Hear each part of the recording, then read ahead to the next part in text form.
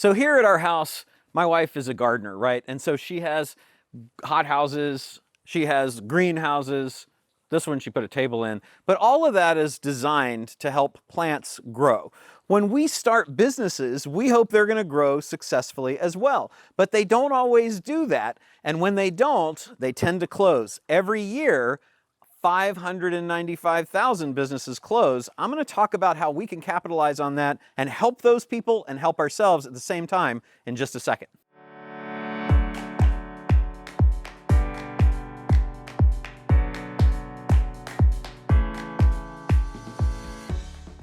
Let's talk about why businesses close. There are nine reasons that businesses typically go out of business and cease to exist.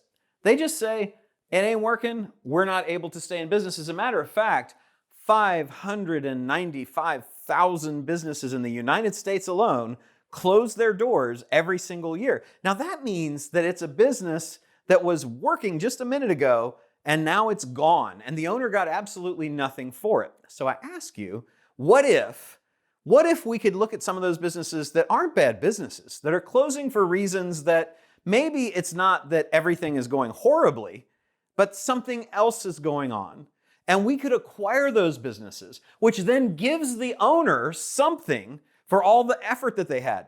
It allows the employees to keep working in the business and jobs to stay that would have otherwise gone away. It helps clients who loved what the business had to offer. How many times have you guys had something that you absolutely loved that the business went out of business and now it's just gone and you can't get it anymore? That stinks, right? And it helps the owners who would otherwise have absolutely nothing get something for their business and the effort that they put in it, and you get a business. That's pretty cool, and that's what we're going to talk about right now. All right, so let's talk about the 9 reasons that these businesses are closing and how this can actually be good for you. Well, the first one might sound obvious. It's money, right? Money. But it doesn't necessarily mean that they're losing it. It doesn't mean that it's a bad business.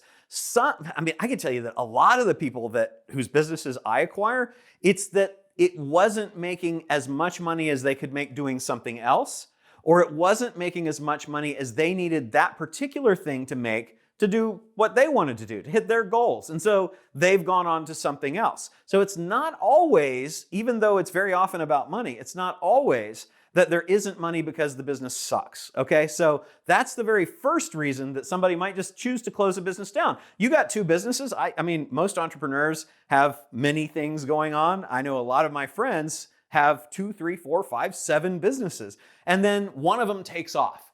Well, then they're going to take their time and they're going to spend on that business. They're not going to focus on the other 6 that didn't yet get to where they wanted to go, but they may be great businesses and they're just going to let them go. You're doing them a favor and you a favor if you can acquire one of those. Number 2, retirement.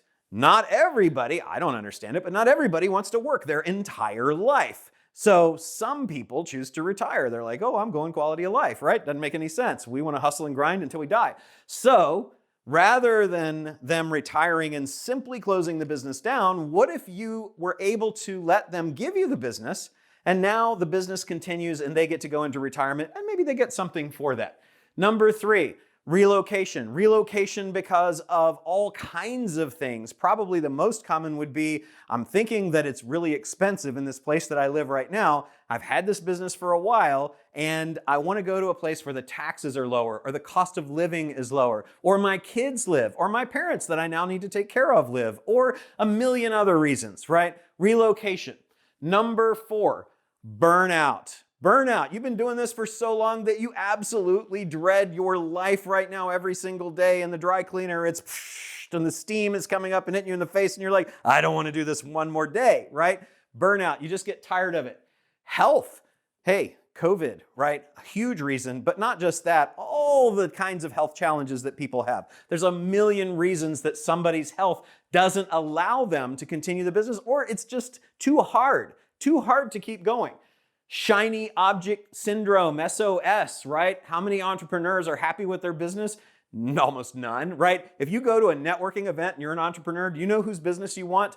Anybody else is in the room but yours, because you know all the warts and problems and challenges and issues with your business, and everybody else's business is amazing. It's doing fantastic. And they're going to tell you it is because they don't want you to understand all the things that they're going through. But the truth is that all the businesses have challenge, right? So when somebody gets ready to get out of a business to get into the greener pasture, they're going to move on to something else, and they're many times just going to leave the business that they started behind and not pay any attention to it at all. They're just going to close it down. You can acquire it. No money out of pocket. Number 7, upcycle. So they think that they're in an upcycle right now. Right now, businesses are worth more than they've ever been worth before in the last 20, 30 years. We're in a fantastic economic upcycle for selling businesses right now. A lot of entrepreneurs think maybe it's time to move on to something else, right? While this cycle is up, and they're going to let this business go so they can get into something else. Okay, number 8. Partner challenges. I can't tell you how many times I've been able to get ownership in a business because I was able to come into a situation where partners had gotten to the point where they just couldn't get along, couldn't run the business anymore. They were deadlocked. Their expectations were different. I can't tell you how many times that people came into my office when I was practicing law as an attorney, and they started, we were best friends since 3rd grade. It's 2 parents, a husband and wife, parents and kids, grandkids. I mean, all of these different like super tight relationships that then 1 year later they come back in and it's blown up, right? It's blown up because being partners is difficult. And a lot of times they didn't take the time to get on the same page with their expectations, even though I would tell them they needed to do that. And that happens more often than not, where people just didn't take the time to do that. So that is an opportunity because those partners aren't getting along, that one or both of them don't want to be in the business anymore, and the business is just going to be closed. If you can come in and take the place of the partner that's leaving, or if you can say, hey, you guys aren't getting along at all, I'll just take the whole thing off your hands because they were just going to let it go, that's a great opportunity to get into a business. And then last but not least, number 9, the death of the owner. Hey, in this life, nobody gets out alive. We're all going to end the same way, right? We're all going to die at some point. When we do, there's a good chance if we're a solopreneur, if we're the only person, if we're the owner-operator of the business, that business is going to cease to exist because it was all us. But the other thing that happens is that it wasn't all us, but there's no leadership anymore. And so there's somebody that inherits the business and they're just like, I don't know what to do with it. I'm not going to leave where I live and go run that business in a different place. I'm just going to close it. So that's an opportunity to acquire the business too. 9 really good reasons that businesses close that create opportunities for you. Okay, so we've talked about businesses closing, and we've seen that there are 595,000 businesses per year in the United States alone that close their doors every single year, right? That's a lot of value that's gone that we could save and protect. And so a lot of people will look at that and say, man, that's tragic. That's terrible. All those reasons, those 9 or 10 reasons that you gave us, that's sad. What can we do about that? But I don't see that. I don't see that has to be a negative. I actually see that it's a huge opportunity, right? Some people, those of us who know how to do this, right? We know that this is a huge opportunity, and it's a huge opportunity to own a business that is already going. Remember those reasons that we talked about.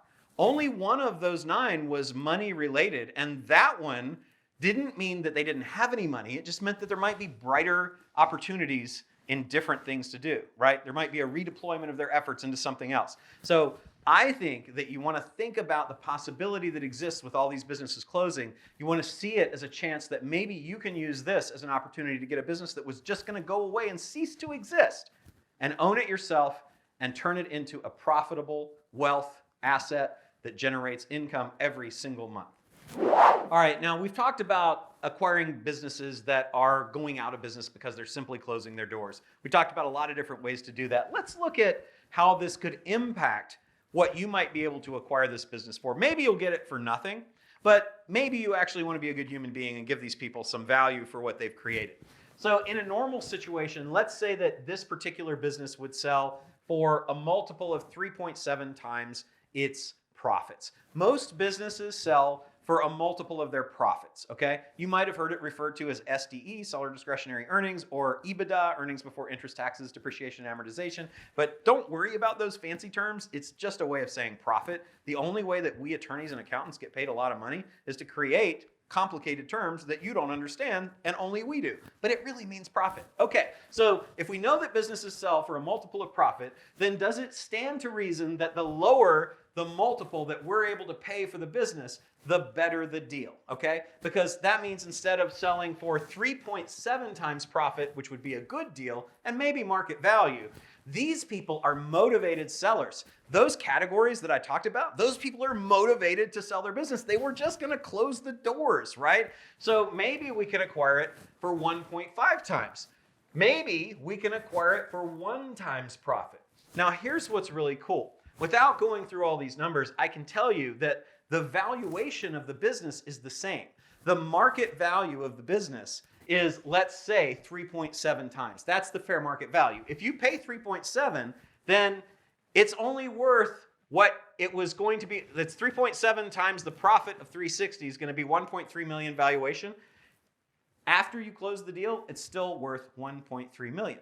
But if you paid less than market, if you paid 1.5 times, then you've acquired the business for 540,000 instead of 1.3 million. That means that the business, though, is still worth 1.3 million.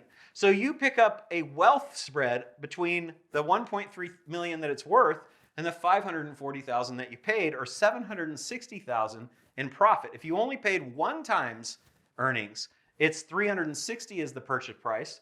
1.3 million, it's still worth the same. The fair market value stays the same across all of these. What's different is how much you paid. The purchase price here, because you're only paying 1 times instead of 3.7 or 1.5, is 360,000. 1.3 million minus 360 means that you've picked up 940,000, almost $1 million in profit. It all has to do with being able to buy right.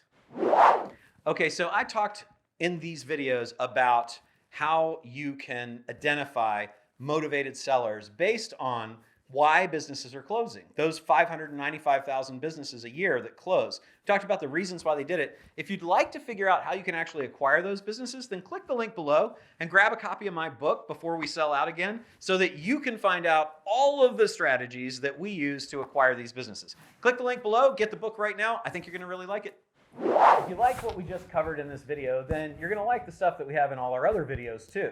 If you don't want to miss out on any of it, because we're putting new stuff out every single day, all the time, we're living in these deals and making things happen, and then we're sharing the things that we learn. This is something that I do every single day, and I like sharing with you what I learned. So click subscribe so you don't miss any of it, and you'll be able to tune in for every single new video that we create. Click subscribe right now, and we'll see you in the next video.